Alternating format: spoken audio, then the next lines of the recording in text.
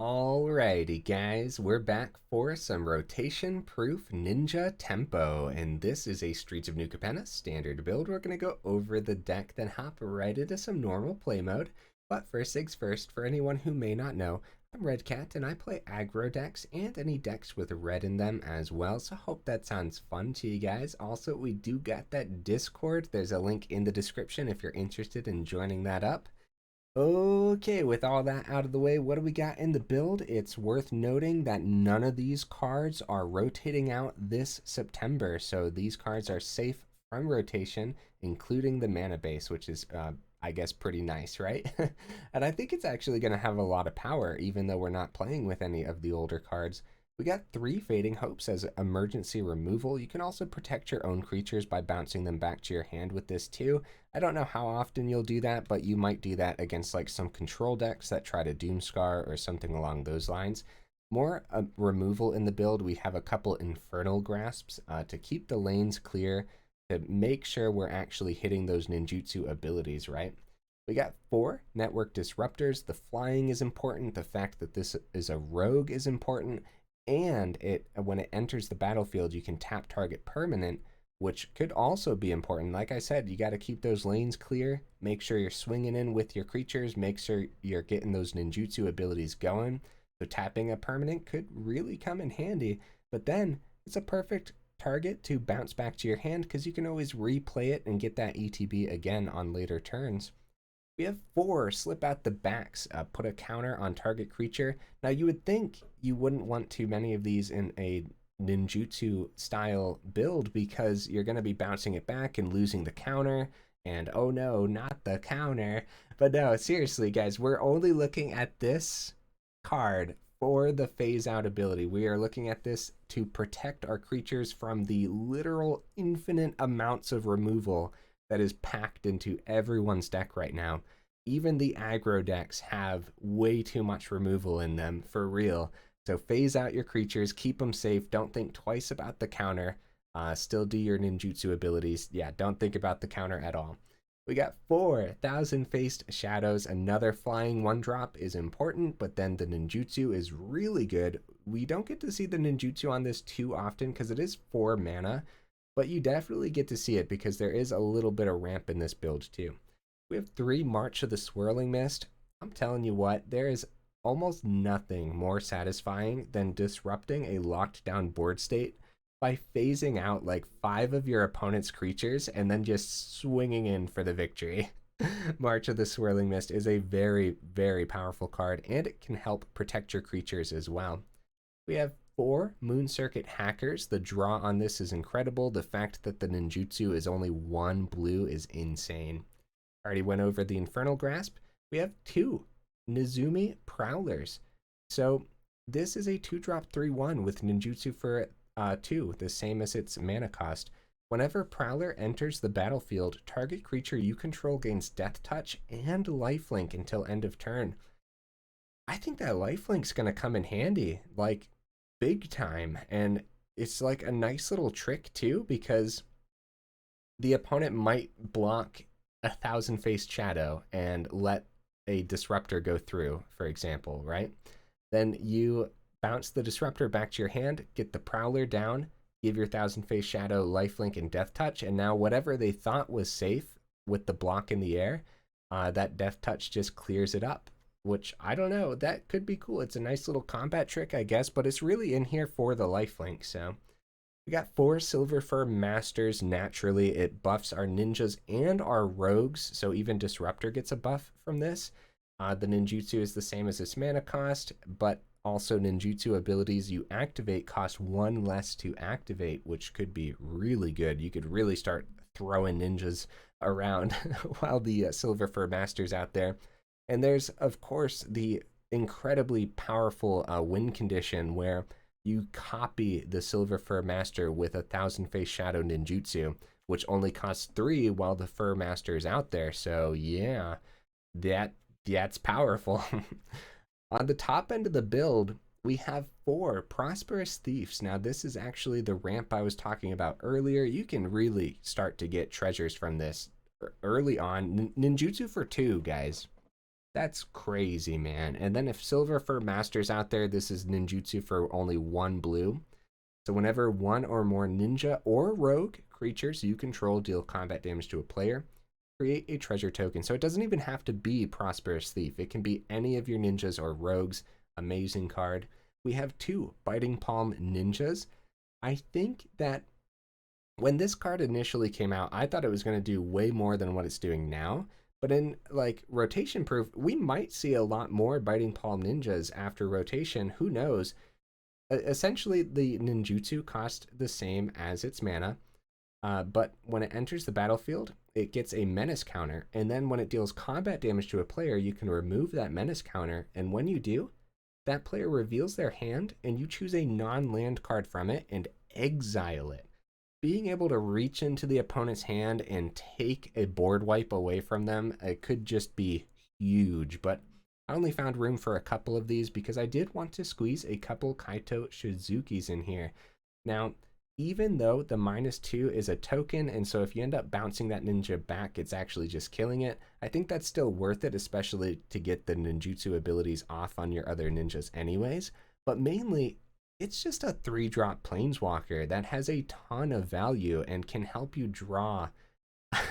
Let's be real, in aggro decks, drawing is hard sometimes. There's not a lot of cards that help us actually pack cards back into our hand as we're dishing them all out onto the board. And yeah, I think this is going to be perfect, especially since this is a tempo build that's just leaning closer to aggro. In the mana base, we do have our Soaring City, our Abandoned Mire, 4 Dismal Backwaters, which hopefully it doesn't slow us down too much. Of course, our other dual land, Shipwreck Marsh. Only a couple swamps because we have so many blue. Like, this is 84% of the cards have blue, and most of them are right here on the front of the build. And so we don't want to see too many swamps early on. Couple honorable mentions over here. Suspicious Stowaway can't be blocked, and it just happens to be a really good card that helps you filter through your deck. If it ever gets to nighttime, it just straight up draws you more cards. Like I just said, aggro builds struggle to draw sometimes.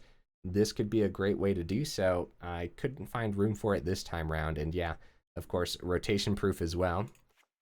Reservoir Kraken could be an amazing top end for a ninja build. We've played it on the top end of a ninja build not too long ago, maybe like a month or 2 ago.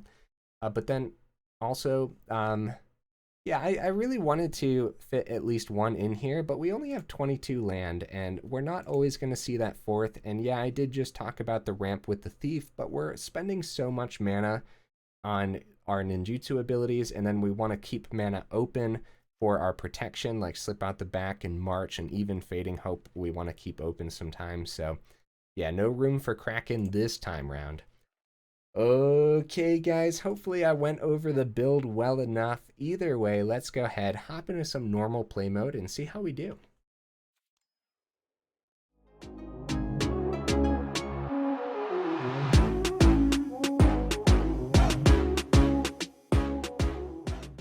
Well, we'll see if we can get right into the first match here. There we go. Not bad, not bad. So we do this thing at the beginning of videos where if we can get into the first match right away, I count it as good luck for the rest of the video. And that's not a bad hand. And so, okay, the backwater is going to slow us down a bit, but at least we have 2 islands to just play out. Anyways, I've been trying to decide how fast do we have to get into the first game for it to be considered, hey, we both have the silver dragon, nice. Yeah, for it to be considered good luck, how fast do you guys think it should be? 2 seconds? 3 seconds? I think, personally, I think anything under 5 seconds we can count. Capenna! Oh no. Alright, let's do this. A little bit of ramp never hurting nothing. Boop.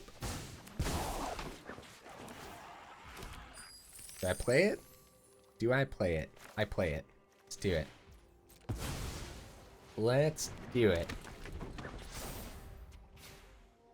Hey, thank you, opponent. Well, they end up keeping it open. Wonder if we Fading Hope our own creature here. Really? Really? Wait, what? No removal? Nothing? Play with fire? I mean, I'll take it, I guess. I think, so it's worth noting there that the life gain land did slow us down a little bit, but not too bad. And being able to get that extra treasure off the Prosperous Thief, like, we already showcased just how good that can actually be because we got to recast the card that we sent back to the hand right away.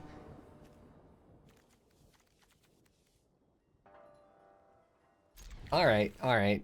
Very well. You know, it would be nice to have more creatures, but what do we expect from a tempo build that has all these packed into it too, you know? So hopefully we draw a land. An untapped land, of course. Because it'd be nice to actually get this on 3. Ooh, okay. Okay. Prosperous Thief is good, though. We have the slip out the back to protect our shadow, Thousand Face Shadow. Okay, they're gonna pass it because that's probably just removal. Fading Hope. I'm gonna try the Thief. We'll see what they do here. Yeah, I'm still gonna try it. I realized that it could slow us down big time if they just Infernal Grasp the Thief. But they were just gonna take the one from the Shadow anyways. And if they don't have it, I don't like playing against cards that aren't there, so... Oh, they're letting this go. They're letting this go, guys.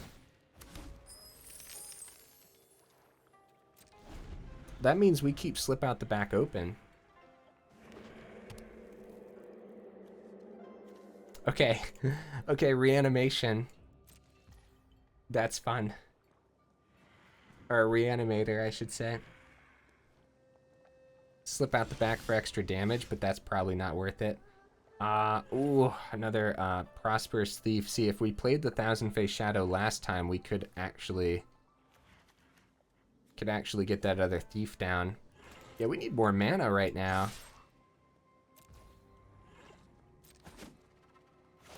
At least the treasures are helping us out. Keep the Infernal Grasp open, slip out the back, march. I'm not just going to play out the Prosperous Thief, but hopefully they don't have what they need to bring the Serpent back right away. Path of Peril? Oh, man. Alright, we could do... Let's keep the treasures. We're going to do X's 2. And we're going to ditch the Fading Hope. Boop, boop. March of the Swirling Mist is insane, guys. It's so good. Okay, so. Kaito's pretty good. But we're gonna start with the Bounce of the Thousand Face Shadow back. And keep the... We're gonna have 4 mana. And we might as well keep it all open. Well, hold on. Let me see this. Beginning of each upkeep, create a 3/3. So if we keep our Infernal Grasp open, we should be able to take out the Serpent. Yeah, it doesn't have the ETB. So let's go ahead and play the Thousand Face Shadow back down. And we'll keep the Slip Out the Back and the Infernal Grasp open. Because that's 7, so we're threatening lethal damage here. So if they reanimate the Serpent, we Infernal Grasp it. If they attempt another board wipe, we March to the Swirling Mist. Battlefield, okay. So we resolve, and then we Infernal Grasp. Auto pay. And that's GG. We have 7 on the board. We swing on in. Very nice. 100% win rate so far over here in normal play mode. Those were... That in particular really showcased the tempo side of the deck here and just how much control can be in an aggressive style build. That was pretty sick. I'm satisfied. The first game the opponent conceded early on, unfortunately, but... Did we see what they were playing? The first game? I already forget. So, sometimes I get so involved in the match that I'm playing currently that I forget all the other matches, and you guys know that for sure. Like, I just played that first match, and I already forget if we saw them play anything. Okay. Okay, mana's holding us up a little bit, but it's not too bad. Opponent goes first here. I think we can safely keep this. Yeah, since we don't know what the mana is going to look like from the new set, like these Dismal Backwaters and stuff. Okay. You know what? I'm just going to play that. Yeah, slows us down just a little bit, but it's not too bad, I'd say. Because now we get to get Disruptor down and keep the slip out the back open. Which I think is fine. We'll see, though. We'll see. A Biting Palm Ninja would be really good against a Grixis build. Oh, my. Oh, are we up against more? Reanimator? Bloodchief's Thirst. Alright, we'll protect it for the turn, because I think that Biting Palm Ninja is going to be really handy. And, yeah, don't think twice about the counter. Oh, the negate? Whoa. Well, that's out of their hand, I guess. That's good news. Let's go for, that's funny, dude. What the crap? All right. Grixis Reanimator, but what do we go for here, guys? The Kaito could be really good to just get down early, but Biting Palm Ninja can start swinging in next turn. So I think we just go Biting Palm and hope they don't have removal for it. Okay, 4 colors here. What on earth? Seize the spoils. It might just be 5 colors then, honestly. Alright. I'll play an island. Swing in. See what they have in their hand.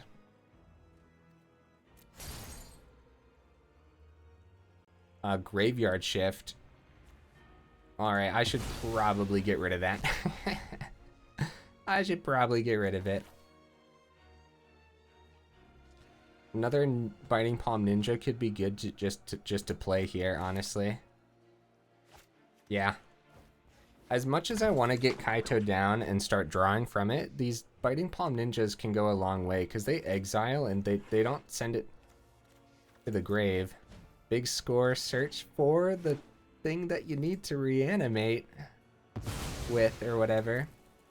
They go for the Foretell here, probably the 4 mana bring back Jin Jitaxis, right? Yeah, they want to foretell it so that way Biting Palm Ninja can't hit it. So I think we can play the land. And I guess we'll swing. We'll bounce back the ninja, the Biting Palm Ninja, for our Prowler, because we're not doing any, like, they got removal for the other ninja. Dragon's Fire. No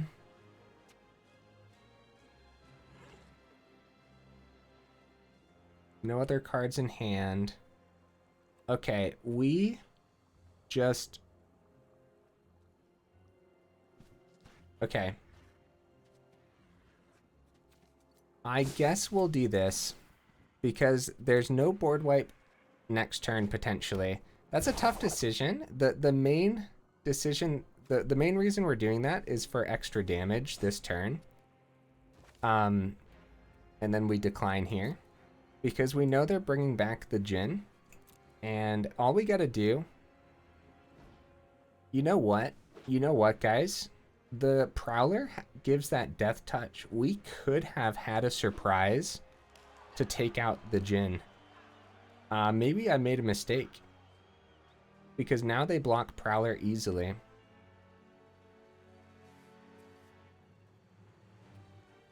We still full swing. Yeah, take out the Prowler for sure. Down to 8 though. Decline. They're out of cards in hand. Let's start getting some ninjas over cards since we have. Let's get everything down. Let's do it. Go wide. They're down to 8. They have no guaranteed, like they could just draw a land, so Jin might not do anything. So it's whenever they cast an artifact, instant, or sorcery, they get to copy it. And it was just a land too. GG opponent. Let's go, guys. 100% win rate so far with the deck. I could not be more satisfied so far. Of course, we are over here in normal play mode, so just something to think about, I suppose. But hey, if it's one of those things where you're just looking for daily or weekly wins too, we know that the deck can win now, so that's good. There seems to be a ton of power packed into this so far. The mana base has been holding us back just a little bit. This time around it doesn't, because we get to get this out on 1 without any worries, because we don't have a play until turn 2 anyways. So oh, we got another island too. Nice. Yep. Okay. Well, it's gonna be the Silver Fur Master here, but I have a feeling it's just gonna die. So maybe... Okay, we got some Jund. Some Jund over there. Been a second. They pass.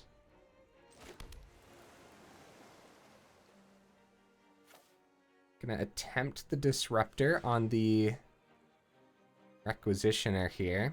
We're gonna try for Prosperous Thief because that extra treasure can go a long way. Even though we have Fading Hope open, Prosperous Thief only cost 1 while the Master's out there. Too bad we don't have 2 creatures swinging in.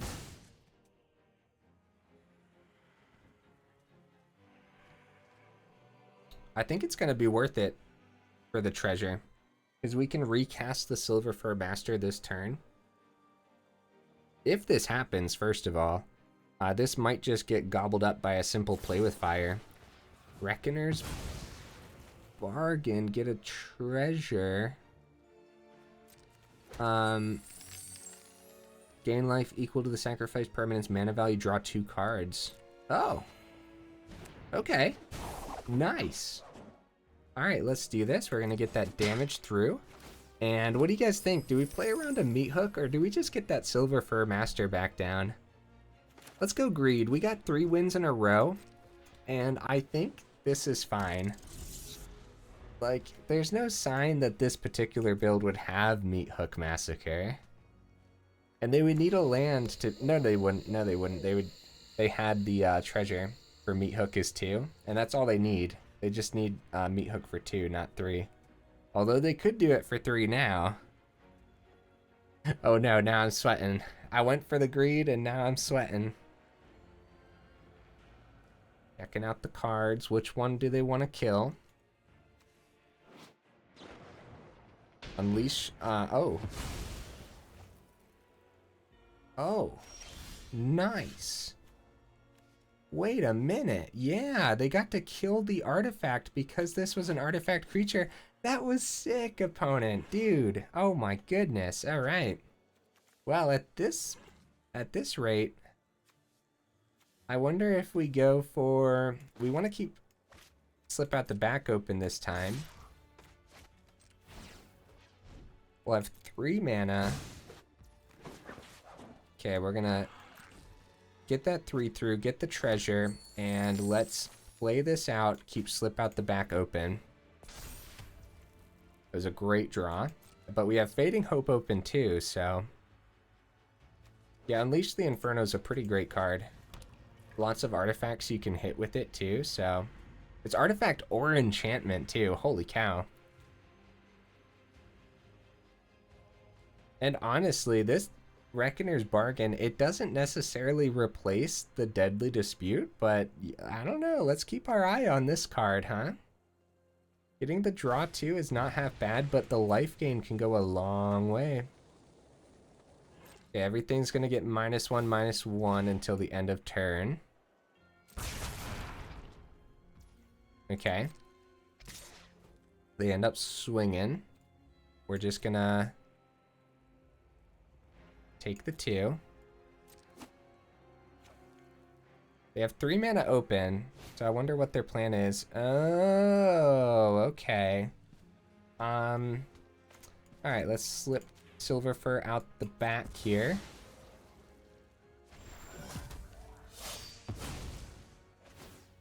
Oh, yeah, that's right. Prosperous Thief. Okay, Silver Fur was still the one that we protect there, though, right? I think so. Yeah, because Prosperous Thief. So, I wonder...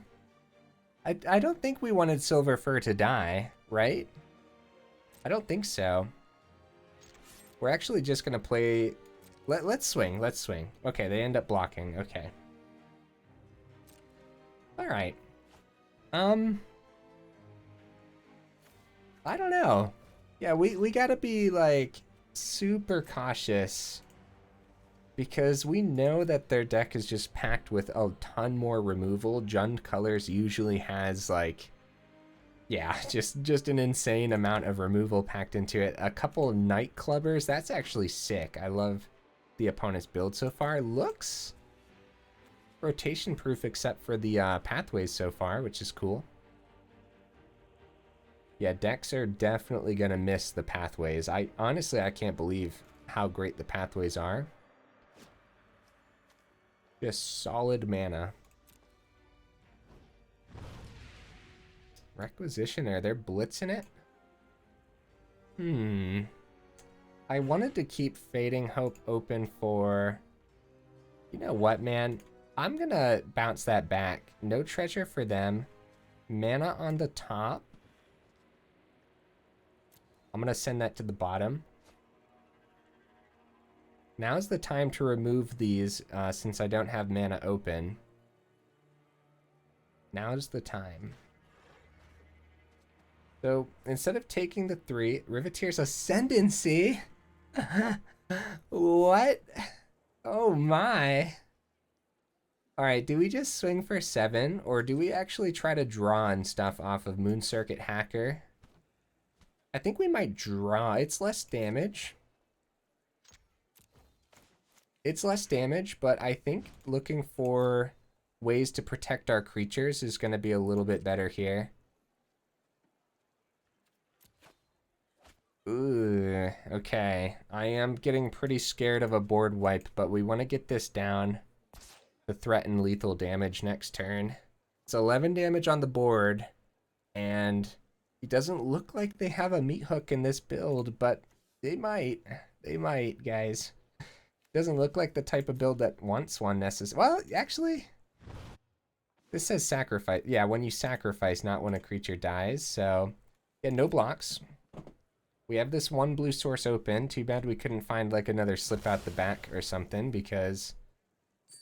Let's see, their Ascendancy didn't do anything there. Might as well play this. We're swinging in. They must have something. Bounce the Moon Circuit Hacker. Nope, they end up just conceding. They didn't have removal there. GG opponent.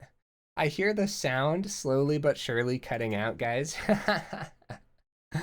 Oh, MTG Arena, what are you doing?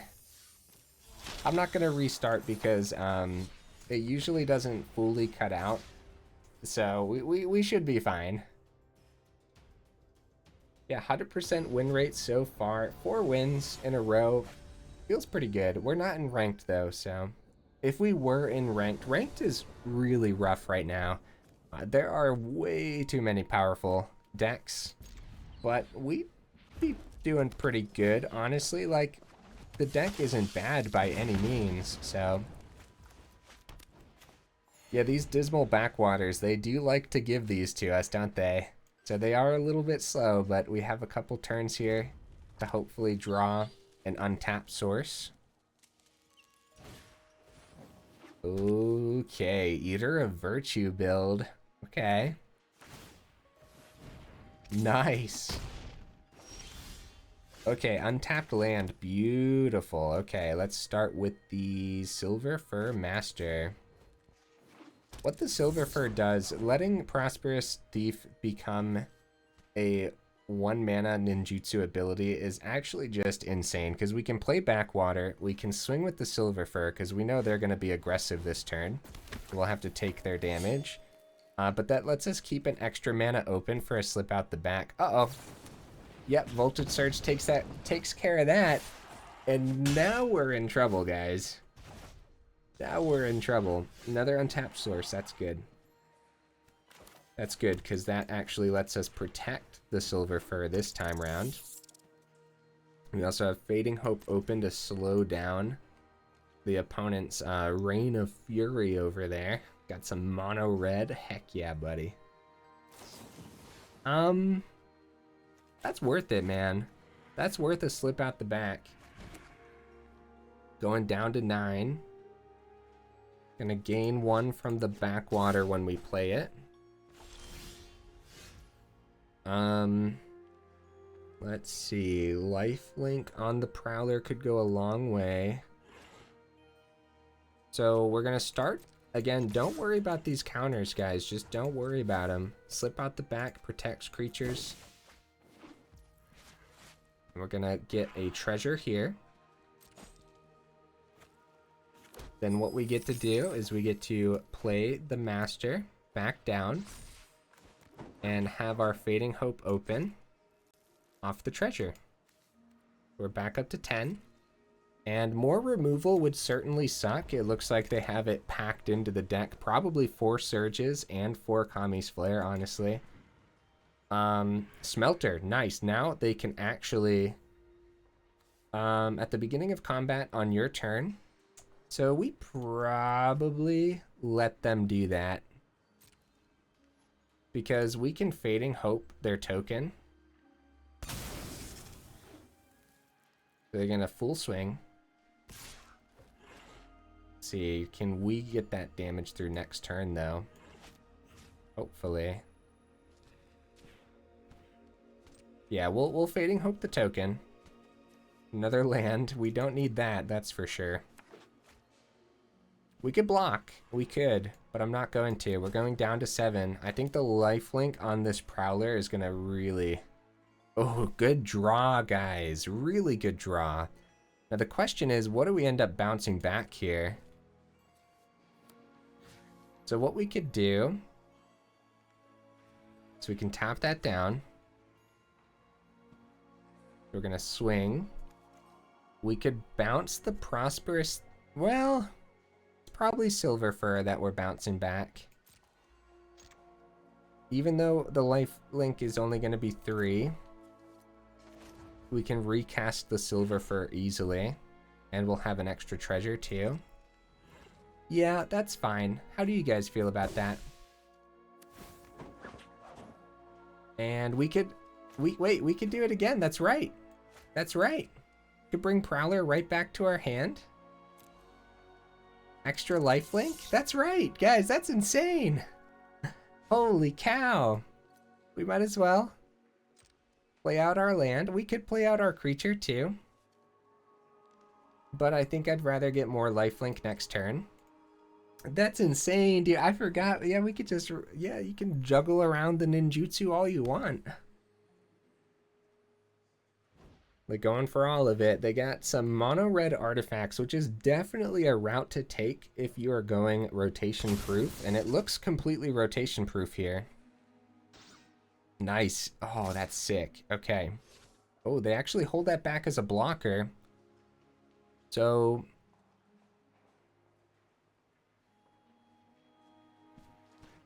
I'm gonna take it. No blocks. Yeah, there. See how there's no sound for that? Thousand-faced shadow. Oh my goodness. That is so good. That is so good, guys. Holy cow. They're gonna block the thief, do you think? Or do you think they're gonna take it? They're gonna block the Silver Fur. Alright.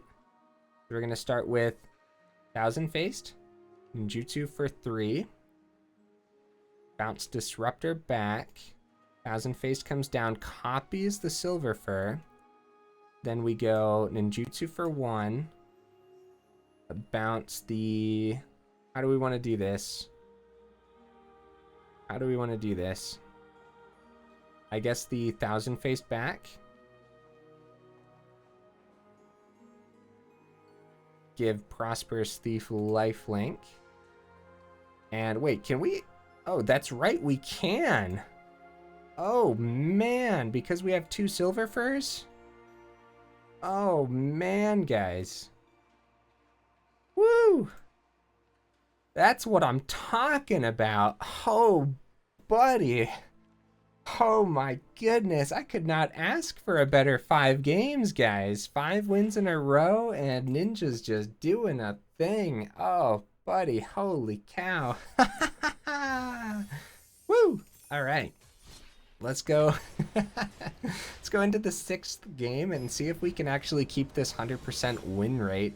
At this rate, I might as well quit while we're ahead, you know, but it's fine. Win or lose, today was a great day. Ninja's just doing a thing over here, man. Doing a thing. It's a little bit of a slow hand again. That would have been good last turn, first of all. I think we play it this turn and keep Slip Out the Back open. This more Jund? Really? Up against more Jund, guys. That's actually pretty scary. Okay, my turn. Okay, well, this is a Prosperous Thief turn because we didn't see mana. A Prosperous Thief just carrying these games. How about it? We'll keep the Slip Out the Back open because that is the type of deck where you want to keep the Slip Out the Back open. Woo! Atsushi smacking onto the board as a 5/5 dragon. Oh, buddy. Okay, yeah, this is gonna be a different kind of match, isn't it? So Infernal Grasp is not terrific against Atsushi, I must say. I must say, not the greatest. But we probably should. Oh man, they get so much ramp off of this. We could just like slip it out the back too, but that's not good. Oh, don't judge me, guys. Don't judge me. That's so bad. Oh man. Yep, 3 treasures. We're gonna swing. We're not gonna ninjutsu. Get that extra treasure. And what do you guys think? Kaito this turn or some extra creatures? I guess Thousand Faced and then keep the Slip Out the Back open again is fine. Yeah, this one's going to be a tough one for sure. Ramping, like the opponent has 7 mana right now. 7 mana is insane. Got Galagreater at a 3/3. 5 mana open for a gold span if they want. Magda, my friend. Okay. Go for a tapped treasure token because that's what they need. Slip Out the Back is a safety net for removal, but not if they plan on doing it on our turn. That does slow us down a little bit. Okay, Fading Hope. That's a good one. That's a good draw. Easy blocks on the ground. But maybe not. Maybe not as easy as you'd think. Let's full swing. Well, yeah, Galagreators would be a really bad trade. Really? Huh. I think we go for the draw here, guys, over the extra. And what we could actually do is we could totally get the Thousand Faced back down and then get the Prosperous Thief. Now, we don't get the draw then if we do it that way, though. Let's get the draw. That's a great trade for us because now they're not gaining anything. We get that before the Prosperous Thief dies anyways, which is really good. Another Moon Circuit Hacker. And honestly, the Kaito's looking good. Everything here's looking good. But I want to get the 1000 faced back onto the board so we can ninjutsu next turn successfully. And then the Kaito, keep the slip out the back open is probably the best bet here. And we are actually, they're getting low enough to where these extra little ninjas slipping through can go a long way. There it is, guys. Let's go. Oh, buddy, 6 wins in a row over here in normal play mode. It's too bad we weren't in ranked, but it might have been a completely different story if we were in ranked. Oh, man. Feels good, feels good. Let me know what you guys thought of the deck in the comments, and let's go over it again real quick here. 100% win rate, ninja tempo, 100% rotation proof as well. What is there to even go over? The deck just had everything we needed in every game. The Biting Paw Ninja was sweet, Kaito is sweet, Prosperous Thief was an MVP easily. Moon Circuit Hacker was good. It wasn't as good as I thought it was going to be, but I still think it's worth 4 of them. Prowler was really good. That lifelink came in handy. Silver Fur is crazy. Infernal Grasp helped us keep the lanes clear with Fading Hope. Disruptor, slip out the back. I like the protection on slip out the back is so good. Oh man, I wouldn't change a darn thing, not after 100% win rate, but what would you guys change? Maybe you do want a Kraken on the top end. Maybe there isn't enough mana because we were struggling with mana sometimes. The Prosperous Thief helped carry us through that. So maybe you want 23 or even 24 mana, and if you do go up mana, maybe that Kraken would be a great choice. I don't know if I would go up to 24 though, maybe 23. And what would you drop? Bro, I have no idea because even the 1000 face shadow came into play like every time we got it, like as even just a 1 drop, it was super important. So yeah, nice. I'm satisfied. I hope you guys had as much fun as I did. And if you made it this far into the video, then y'all are champions and I super duper appreciate you. And I will see you in the next video.